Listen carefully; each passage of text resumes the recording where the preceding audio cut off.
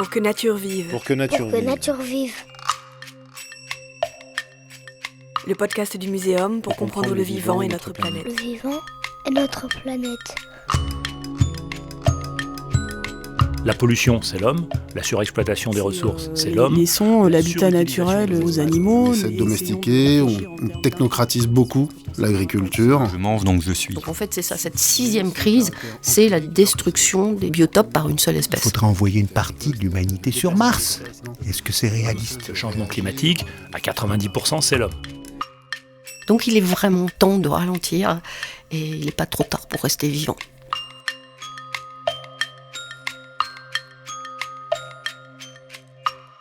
Cuisiner la nature avec Christophe Lavelle.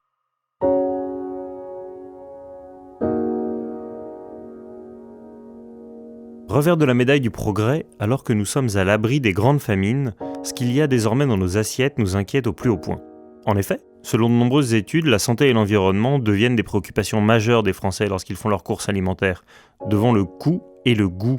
Ceci notamment à cause d'une agriculture intensive, d'une transformation voire d'une ultra-transformation des produits et d'un régime souvent déséquilibré qui ont globalement un impact négatif sur notre santé et notre environnement. Pollution des sols et des eaux, affaiblissement de la biodiversité, augmentation des allergies, épidémie d'obésité, n'en jetez plus. Il est urgent de renouer le lien entre connaissance et consommation de ce que nous mangeons pour notre santé comme celle de la planète, ainsi que va nous l'expliquer Christophe Lavelle, chercheur en sciences de l'alimentation au CNRS et au Muséum national d'histoire naturelle. Bonjour Christophe Lavelle. Bonjour.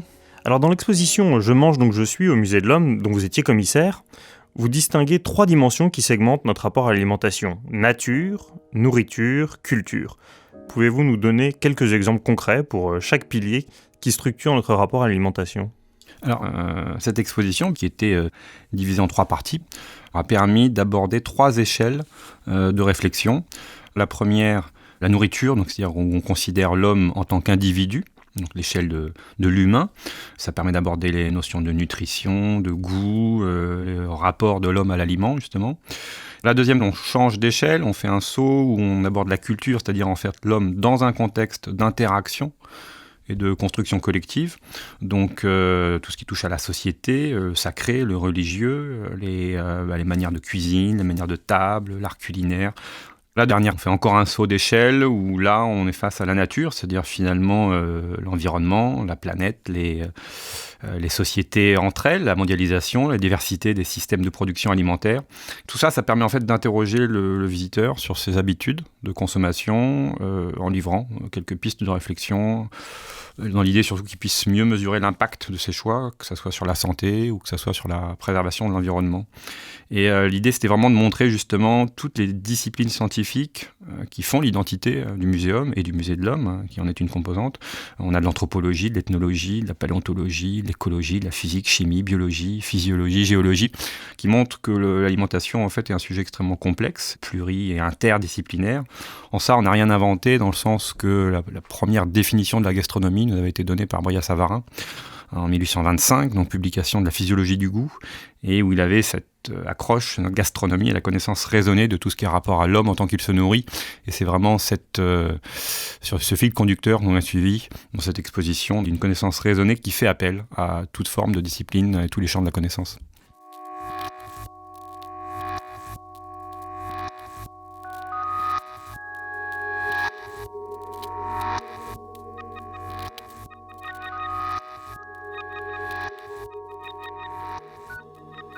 Alors ce qu'on entend avec vous, évidemment, c'est que les rapports entre nourriture et homme sont infinis, sont éminemment complexes, ils nous définissent profondément. Je vais vous demander de remonter avant Brillat-Savarin pour nous éclairer sur les ruptures anthropologiques qui ont bousculé notre rapport avec ce que nous mangeons depuis des temps immémoriaux. Alors les ruptures, il n'y a pas eu tant que ça, parce que finalement l'évolution est assez continue. On peut quand même isoler 2 grandes transitions, qui serait évidemment la transition paléolithique-néolithique, il y a un peu plus de 10 000 ans, avec le passage de notre statut de chasseur-pêcheur-cueilleur à celui d'agriculteur-éleveur. C'est-à-dire un passage où notre alimentation était basée sur un prélèvement de la nature sauvage, à celui où on s'est mis à domestiquer cette nature, à l'artificialiser d'une certaine manière. Donc il y a eu mise en place d'une culture, d'agriculture, d'élevage, et avec évidemment plusieurs corollaires dans cette transition. C'est que d'une part il y a une sélection des espèces cultivées ou élevées, et puis aussi des pathologies émergentes du fait de la promiscuité homme-animal, avec les transmissions de virus de l'un à l'autre, comme le rappelle d'ailleurs l'actualité brûlante. Et avant ça, avant le coronavirus, on a tendance à oublier que les pestes et les grippes étaient aussi des transmissions d'animal à homme, et tout ça est d'une certaine manière c'est une conséquence aussi de ce nouveau mode de vie et de mode de production alimentaire. Et puis, si on fait un grand saut dans le temps, on a beaucoup plus proche de nous ce qu'on appelle la révolution industrielle, mais il y a clairement une accélération vertigineuse à l'après-guerre, dans les années 50, avec l'apparition de plus en plus d'aliments transformés, donc fabriqués par l'assemblage de diverses matières premières, issues de l'agriculture et de l'élevage intensif souvent, avec en corollaire un recours systématique à des traitements préventifs, parfois lourds, que ce soit des pesticides pour les plantes ou des antibiotiques pour les animaux. Et alors ça a certes permis d'atteindre l'abondance alimentaire, qui écarte la plupart des pays développés de tout risque de famine aujourd'hui, mais en même temps, ça cause de vastes problèmes sanitaires et environnementaux dont on commence tout juste à prendre la mesure, et ce sont des enjeux dont on parle beaucoup aujourd'hui.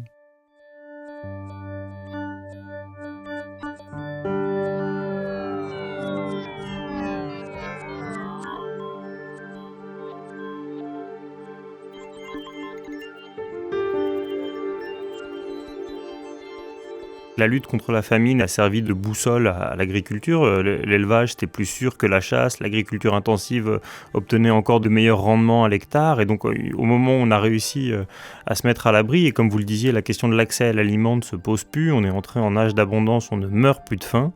Mais on a peur de ce qu'on mange. Comment est-ce que le fait de vouloir nourrir la planète s'est retourné contre nous ? L'affaire n'est pas simple. Je vais reprendre Brillat-Savarin, qui nous disait, à la suite de sa définition, que le but justement de la gastronomie, c'est de veiller à la conservation des hommes au moyen de la meilleure nourriture possible. Et le fait est qu'une bonne alimentation n'est pas forcément facile à définir, et c'est encore moins facile de s'assurer qu'elle soit accessible à tous. Et pour ça, on a le thème assez récurrent aujourd'hui. On parle beaucoup de sécurité alimentaire. Il y a même une définition officielle de la FAO, qui est la Food and Agriculture Organization, donc l'organe, en fait, la branche de l'Organisation des Nations Unies pour l'agriculture et l'alimentation, qui dit que la sécurité alimentaire existe lorsque tous les êtres humains ont à tout moment un accès physique et économique à une nourriture suffisante, saine et nutritive, leur permettant de satisfaire leurs besoins énergétiques et leurs préférences alimentaires pour mener une vie saine et active. Donc ça dit tout là-dedans, c'est de se dire qu'on a tout un tas de cases à cocher qui on veut atteindre cette sécurité alimentaire. Et c'est pas forcément évident de toutes les cocher à la fois. Et en même temps, on a des paradoxes qui émergent justement. Notre société n'est pas exempte de paradoxes assez étonnants quand on estime aujourd'hui qu'on a un peu plus de 900 millions de personnes qui souffrent de la faim dans le monde. Et à côté de ça, on en a 1,4 milliard qui sont concernés par le surpoids. Donc, et en l'occurrence, surpoids qui tue tout autant finalement. Chaque année, on estime, alors c'est pareil, c'est des grands chiffres d'ordre de grandeur donnés par l'OMS, hein, on estime qu'il y a environ 11 millions de décès dans le monde qui sont attribuables à un mauvais régime alimentaire. C'est-à-dire que ça cause plus de morts que le tabac. Le tabac, on en a à peu près à 8 millions de morts chaque année. Donc, si je voulais être un peu cynique, je dirais que je mange donc je suis. Aujourd'hui, ça serait plutôt je mange trop ou mal, donc je ne suis plus, quoi. Et ça, c'est sans doute le retour de bâton, justement, de cette course à la calorie et à la production intensive. On a une abondance calorique qui est offerte aujourd'hui, qui est disponible, en tout cas, une fois de plus, dans les pays développés. Mais l'obésité devient, du coup, depuis près de 10 ans, on va dire, une espèce d'épidémie mondiale. Au départ, cantonnée aux pays riches, mais qui touche aujourd'hui de plus en plus les pays en voie de développement, comme s'ils voulaient rejoindre notre chance d'être obèse, et notamment, surtout quand même chez les populations urbaines.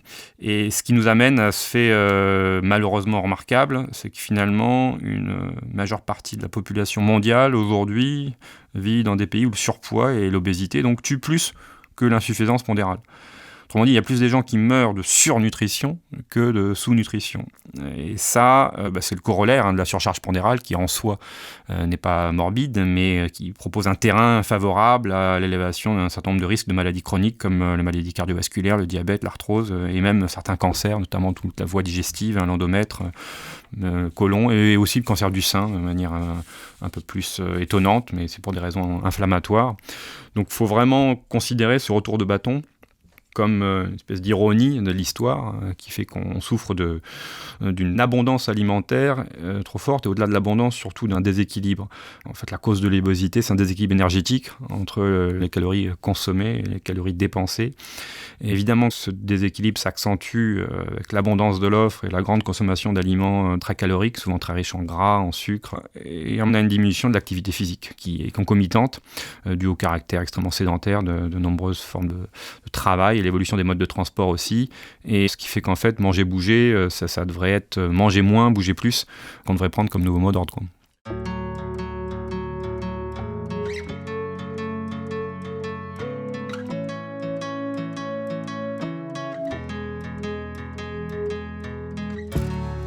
Vous avez parlé de l'accélération au lendemain de la Seconde Guerre de l'industrie agroalimentaire, et cette industrie, elle transforme les aliments qu'on retrouve dans la nature pour en faire ce que vous avez dit tout à l'heure, à savoir des plats transformés, voire surtransformés.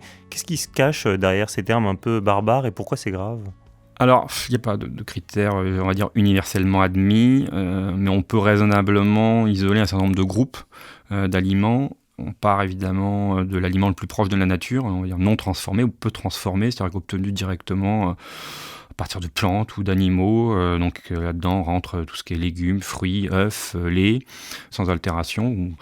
Ils ont parfois été transformés de manière minimale, lavés, triés, broyés, séchés, fermentés, mais toujours sans ajout de substances extérieures. C'est vraiment l'aliment lui-même. Après, le deuxième stade, c'est justement l'ingrédient transformé. C'est-à-dire qu'on a des substances extraites de la nature par des procédés qui peuvent être un peu plus violents. On a du pressage, du broyage, concassage. C'est comme ça qu'on fabrique des huiles végétales, les graisses animales, comme le beurre, le lard, le sucre, le sel, bien sûr. Ceux aussi sont issus de ce type de transformation. Et puis dans la troisième catégorie, on va trouver des aliments transformés, c'est-à-dire fabriqués essentiellement avec des ingrédients naturels ou peu transformés, mais auxquels on peut ajouter du sel, du sucre et éventuellement d'autres substances, de l'huile, du vinaigre pour faire des conserves.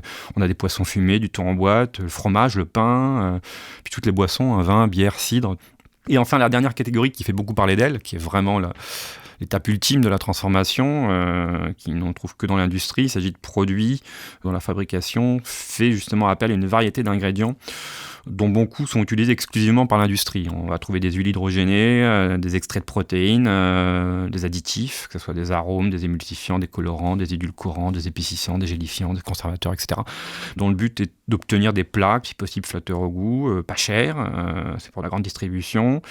On trouve là-dedans les inévitables confiseries, les biscuits, les chips, les sodas, les nuggets de poulet, les céréales du petit déjeuner, les pizzas, etc., etc.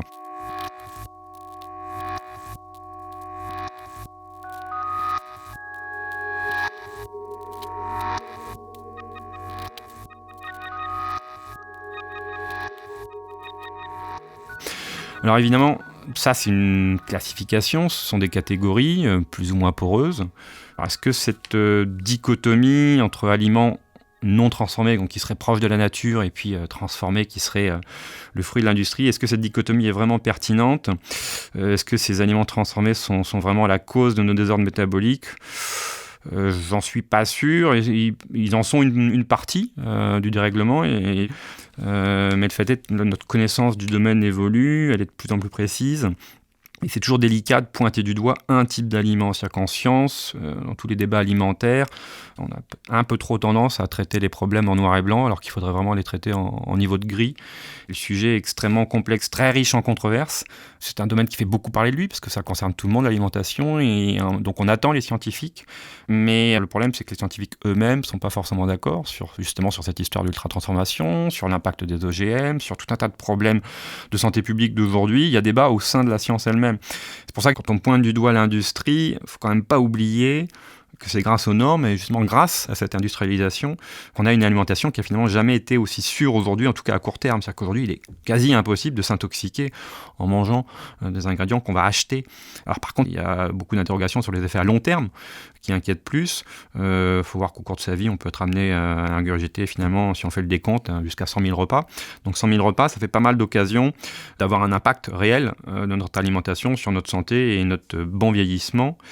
Et donc il est clair que c'est important de comprendre cette alimentation et dans toutes ses composantes, mais sans rentrer dans des schémas de diabolisation. C'est-à-dire qu'il n'y a aucun mal, si je voulais résumer, à manger une pizza industrielle, surtout si on aime ça, mais du moment qu'on l'accompagne, on va dire, avec une salade de crudités. Et ce qui compte, c'est l'équilibre alimentaire. C'est que ça ne se joue pas à l'échelle d'un ingrédient, ça se joue à l'échelle de la journée. Donc c'est pour ça que c'est important de se méfier de ces espèces d'idées préconçues où on pointe du doigt un ingrédient, où on fait des dichotomies vaseuse, et avec ces idées tenaces que tout ce qui est petit est vertueux, le petit producteur, le petit artisan, et puis tout ce qui est gros est pervers avec la grosse industrie, ça serait évidemment beaucoup trop simple. On peut trouver des tas de produits dans le commerce avec des produits industriels qui sont mieux faits, avec moins d'additifs que leurs équivalents considérés comme artisanaux. Donc en fait, ce qu'il faut vraiment garder en tête, c'est d'éviter d'opposer les modèles, et ce qui doit être encouragé, comme partout, c'est le travail bien fait. C'est-à-dire qu'il faut encourager la belle industrie comme le bel artisanat.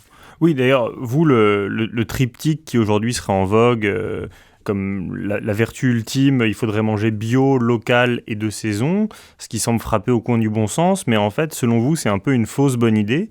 Et vous pourriez peut-être, à travers l'exemple de la consommation de tomates, nous déconstruire cette idée dominante sur la vertu de ce triptyque ? Disons que c'est pas vraiment que c'est une fausse bonne idée, mais c'est qu'il est important de savoir le poids de chaque paramètre dans ses choix alimentaires. C'est-à-dire que si je prends le bilan carbone d'un kilo de tomates fraîches, on est à, c'est les ordres de grandeur, 0,3 kg de CO2 pour une tomate française de saison, on est à 0,6 pour une tomate venant d'Espagne, donc importée mais en saison, et on saute à 2,2 kg CO2 pour une tomate France hors saison. C'est-à-dire que sur cet exemple, on voit bien que finalement le critère de saisonnalité l'emporte largement sur celui du local. Tout ça, finalement, parce que contrairement à l'idée reçue, le nombre de kilomètres parcourus par les aliments est en fait un assez mauvais indicateur du bilan carbone. Enfin, l'impact du transport, en fait, est souvent négligeable devant celui du mode de production.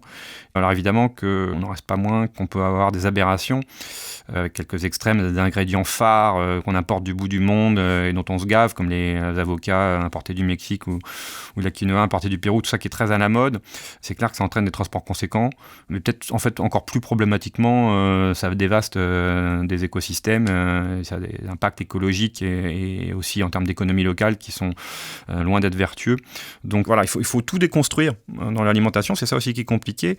Pareil, si on revient à la question du bio, finalement, la production aujourd'hui par hectare en agriculture biologique, c'est environ une productivité 30% inférieure à une production conventionnelle. Donc ce qui suppose que si on voulait généraliser le bio, ça serait compliqué en fait de le généraliser à l'intégralité de la production alimentaire pour couvrir tous nos besoins, en tout cas dans nos modes de consommation actuels, et passer en 100% bio, sans doute assez irréaliste, surtout pour les grandes cultures telles que le blé par exemple. Donc il faut toujours être mesuré dans son approche de l'alimentation et regarder vraiment le pour et le contre de chaque tendance et de chaque paramètre.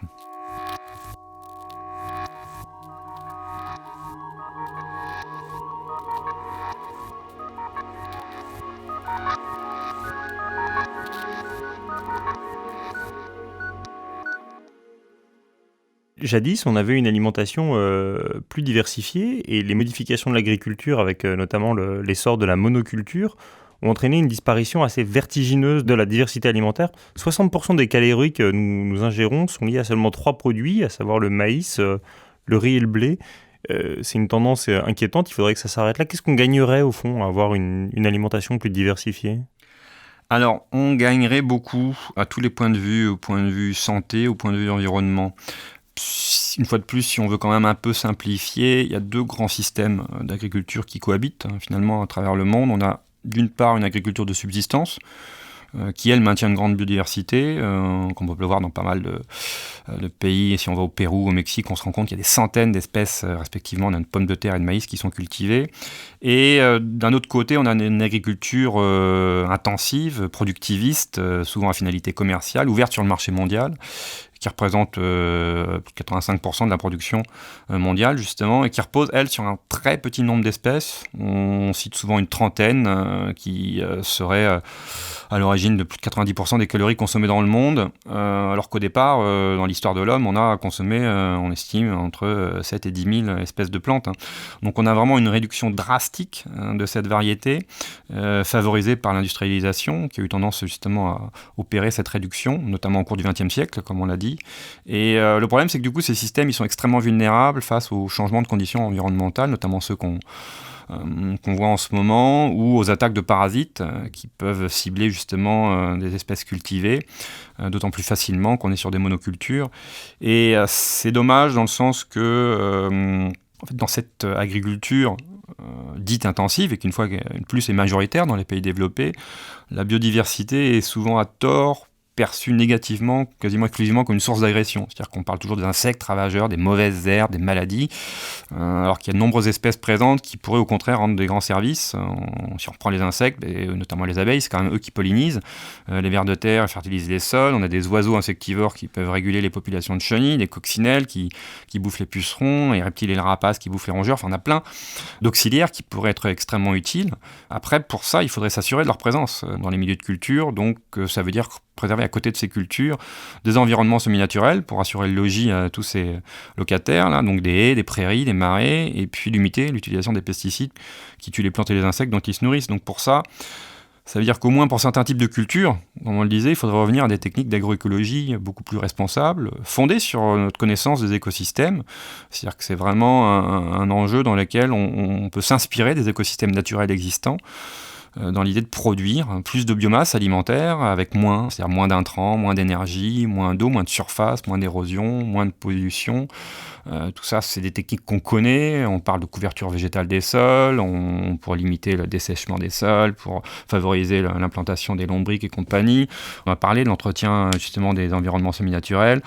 Tout ça repose sur des connaissances naturalistes, agronomique, et c'est en cela que les scientifiques peuvent aider. C'est pour ça aussi qu'il est important de rappeler que cette agroécologie est tout sauf une agriculture du passé. C'est-à-dire que c'est pas l'agriculture des grands-parents, c'est au contraire une agriculture qui repose sur des connaissances extrêmement actuelles et à venir, et donc une agriculture justement du futur. Et c'est quand même ça qu'il faut bien garder en tête.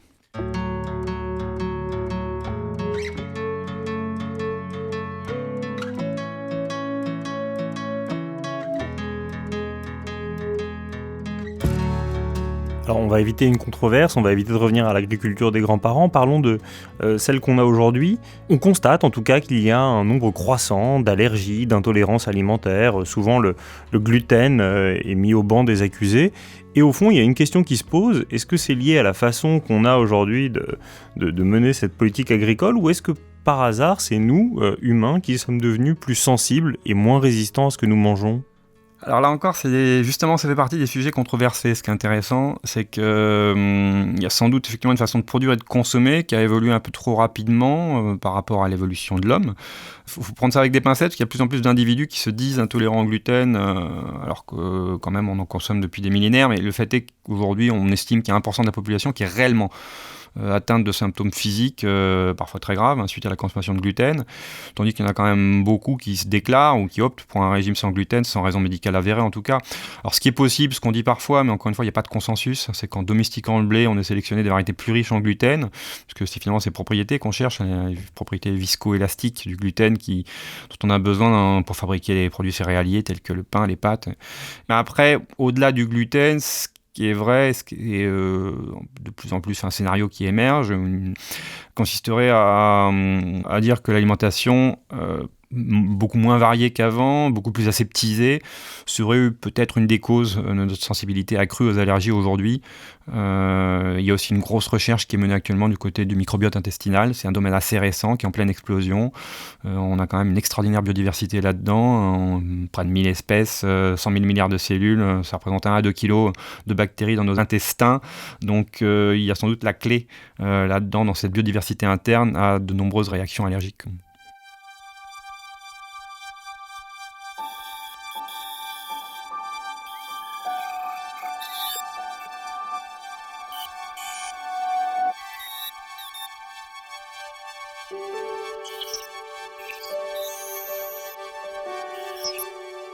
On va terminer ce survol de l'ensemble de notre alimentation avec ce que nous n'avons pas encore abordé, à savoir notre consommation de viande. On a complètement inversé la balance entre le végétal et l'animal dans ce qu'on ingère. Et là aussi, il y a une tonalité qui se fait, je dirais pas dominante, mais en tout cas de plus en plus forte, notamment chez un grand nombre de lanceurs d'alerte et de politiques qui disent que leur premier geste éco-citoyen, le premier geste pour sauver la planète, ce serait d'arrêter purement et simplement de consommer de la viande, de devenir même vegan. Et vous ne croyez pas à cette piste radicale, vous croyez que c'est une fausse controverse, pourquoi ? C'est qu'en fait, je crois rarement aux pistes radicales. C'est que c'est ce rejet total de la viande. C'est la réaction, alors assez compréhensible, voire même légitime, aux dérives de nos systèmes de production de masse, dans lesquels on voit bien que l'animal a finalement complètement perdu son caractère d'être sensible pour devenir une espèce d'usine à viande. Et donc il est évident, et en cela je donne raison aux activistes véganes de toutes sortes, qu'il faut repenser et rééquilibrer notre alimentation, que ce soit pour des raisons sanitaires, écologiques ou éthiques. Mais il faut prendre tous les paramètres réels en considération. Aujourd'hui, on a une expansion démographique, un réchauffement climatique qui pose un défi majeur, comme on l'a vu, pour justement nourrir cette humanité. Et c'est vrai que dans cette manière de se nourrir, la consommation de protéines occupe une grosse place. Parce qu'encore une fois, pour des raisons métaboliques, on considère qu'il faut à peu près un apport calorique total dans lequel on a 15% d'apport dû aux protéines. C'est ce qu'estime l'OMS. Et une fois de plus, il y a une opposition dans le monde entre le milliard de personnes qui souffrent d'un apport protéique insuffisant et puis d'un autre côté, les pays développés dans lesquels on a une surconsommation en protéines, justement favorisée par cet élevage intensif, extrêmement efficace, en tout cas à court terme, qui nous donne aujourd'hui accès à une alimentation carnée abondante. Donc on en est, si on reprend des chiffres, un apport protéique qui est aujourd'hui de 1,4, 1,6 grammes de protéines par kilogramme par jour, alors que la moitié suffirait largement. Et un peu l'ironie de le développement mondial fait que les pays en voie de développement sont en train de nous rejoindre, plutôt dans le mauvais sens du terme, puisque par exemple si je prends la Chine, on est passé de 30 kilocalories par personne par jour en 1960 à 450 kilocalories par personne par jour. C'est-à-dire une consommation qui se rapproche de celle des Français en 90, et tout ça à travers l'alimentation justement animale. Donc ça pose un énorme problème, puisque l'élevage est aussi le principal finalement utilisateur de terres agricoles, et on a de très larges surfaces cultivables qui sont dédiées à la production fourragère. Ça peut paraître une bonne idée parce que ça permet de transformer le fourrage en viande, donc ça permet de valoriser des protéines jugées, comme on dit, de mauvaise qualité pour offrir des protéines de meilleure qualité, parce que c'est vrai que les protéines animales sont mieux assimilables et sans doute d'ailleurs mieux équilibrées en termes d'acides aminés. Mais cette consommation réduit globalement le potentiel nutritif des surfaces cultivables. C'est-à-dire qu'on donne toujours des ordres de grandeur où il faut en moyenne 16 kilocalories d'origine céréalière pour produire 1 kilocalorie d'origine bovine. Donc ça, c'est clair que l'équation n'est pas bonne. Dit d'une autre manière, en fait, si on prend un hectare de bonne terre, on a un paysan dessus qui travaille cet hectare, il peut nourrir 30 personnes en production végétale, c'est-à-dire avec des fruits, des légumes, des oléagineux, des légumineuses, des céréales, mais finalement moins de 10 personnes, entre 5 et 10 personnes en production animale, c'est-à-dire que de la viande, du lait, des œufs. Donc ça veut dire qu'il faut équilibrer nos régimes, parce que les produits animaux et végétaux sont totalement complémentaires, c'est-à-dire que les produits animaux vont nous apporter du fer, des oméga 3, des vitamines B12, du calcium, qu'on trouve très difficilement, surtout pour le fer, l'oméga 3, vitamine B12 dans les végétaux, et puis les végétaux de l'autre côté apportent des fibres, des vitamines, des polyphénols. Donc tout ça veut dire qu'une alimentation équilibrée repose sur les deux, mais pour l'instant elle est déséquilibrée parce que justement la balance penche beaucoup trop en faveur de l'animal. Donc il suffit juste de rétablir la juste balance et de diminuer drastiquement notre consommation de viande. Et je dirais qu'on n'a pas le choix, parce que pour nourrir l'humanité, au-delà de réduire comme on dit toujours, les pertes et le gaspillage, il est clair que dans l'équation, il faut absolument aussi réduire notre empreinte écologique, et pour ça, on n'a pas le choix, il faut réduire notre consommation de viande.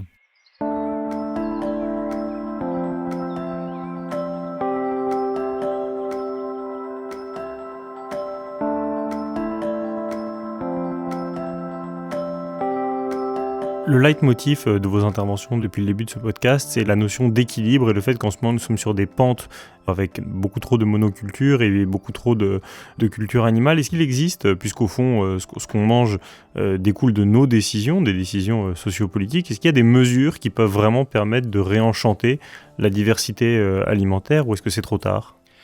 Alors évidemment, on ne va pas dire que c'est trop tard, parce que ça serait un peu déprimant, et honnêtement, je ne pense pas que ça le soit, justement. En fait, il s'agit de réenchanter, de réinventer. Et pour le végétal, on l'a vu, il faut valoriser, il ne faut pas interdire. C'est pour ça que j'aime pas du tout le discours qui dit arrêtez la viande. Je préfère largement un discours qui dit favoriser les légumes. Il faut valoriser le nombre de variétés, il faut réinventer nos manières de cuisiner les végétaux, il faut sortir de cette espèce de rôle du végétal qui ne serait qu'un accompagnement, qu'une garniture d'un ingrédient carné, viande ou poisson, qui est en fait la seule vedette dans l'assiette. On n'a pas le choix d'une certaine manière, c'est qu'on a les moyens de le faire. On n'a pas beaucoup parlé du poisson, mais c'est un exemple extrêmement intéressant pour ça, parce que pour le coup, justement, on est sur un système un peu différent, parce qu'au départ, on est dans un système de prélèvement de la nature. On a perdu notre statut de chasseur-cueilleur, mais on a gardé notre statut de pêcheur. Et à l'échelle mondiale, la pêche, aujourd'hui, ça fait vivre près de 800 millions de personnes, on estime, aussi bien pour des aspects nutritifs que de revenus commerciaux. En France, on en consomme 35 kilos par an de produits de la pêche. On était à 20 kilos par an en 1960, donc on a presque doublé en 60 ans. Mais ça pose un vrai problème de biodiversité, pour le coup. C'est-à-dire que les ressources de la mer, comme on fait du prélèvement de la mer, ces ressources sont loin d'être illimitées. On se rend compte justement de la grande fragilité face aux modifications de l'environnement, grande fragilité des écosystèmes marins et puis surtout la pression de la pêche. Pour donner des ordres de grandeur, on a un tiers des stocks qui sont clairement surexploités aujourd'hui et les 2 tiers restants, ils vont pas beaucoup mieux parce qu'ils sont souvent exploités à leur niveau maximum et avec plusieurs espèces qui se sont déjà effondrées. On parle du cabillaud, on parle de l'empereur.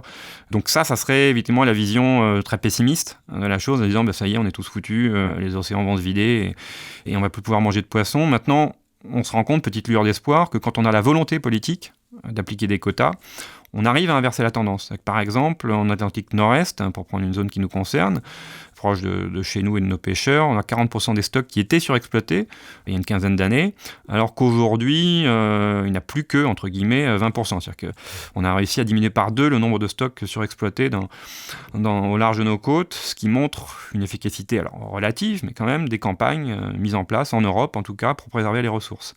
Et ça, c'est important de noter que justement, on a quand même des moyens d'action et que ces moyens d'action doivent justement être mis en œuvre.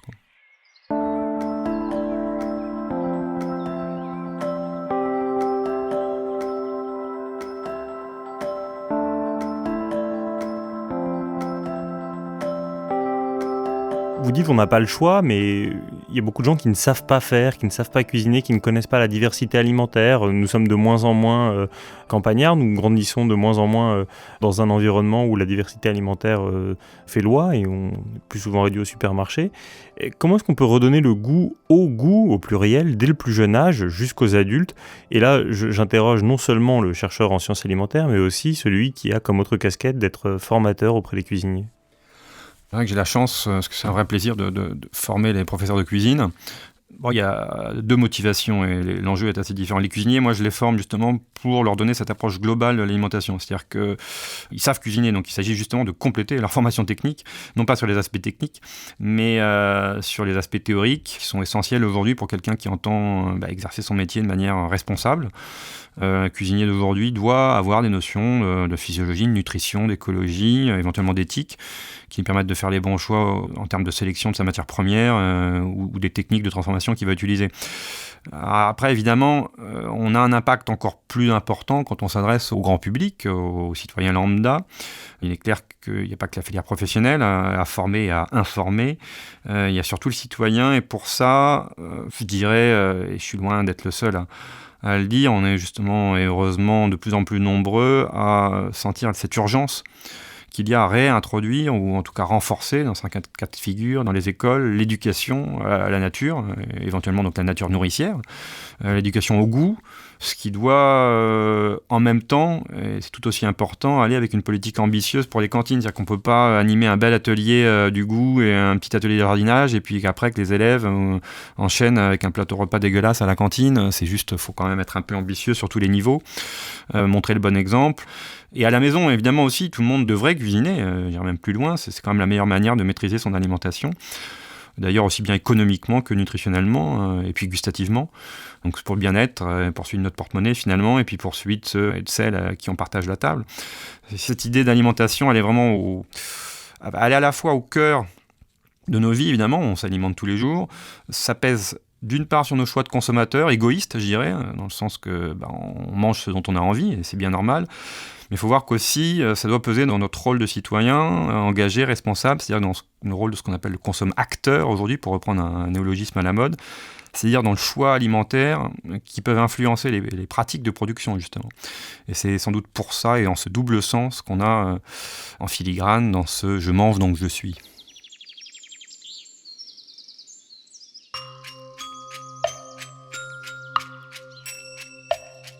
Dans cet épisode, vous venez d'écouter Christophe Lavelle, chercheur en sciences de l'alimentation au CNRS et au Muséum national d'histoire naturelle, interviewé par Vincent Hédin. Pour que nature vive. Un podcast produit par le Muséum national d'histoire naturelle et création collective, en partenariat avec le ministère de la Transition écologique et solidaire. Pour la réédition du livre Avant que nature meure de Jean Dorst, Robert Barbeau, professeur au Muséum, a écrit une postface intitulée Pour que nature vive, qui a inspiré le titre de ce podcast.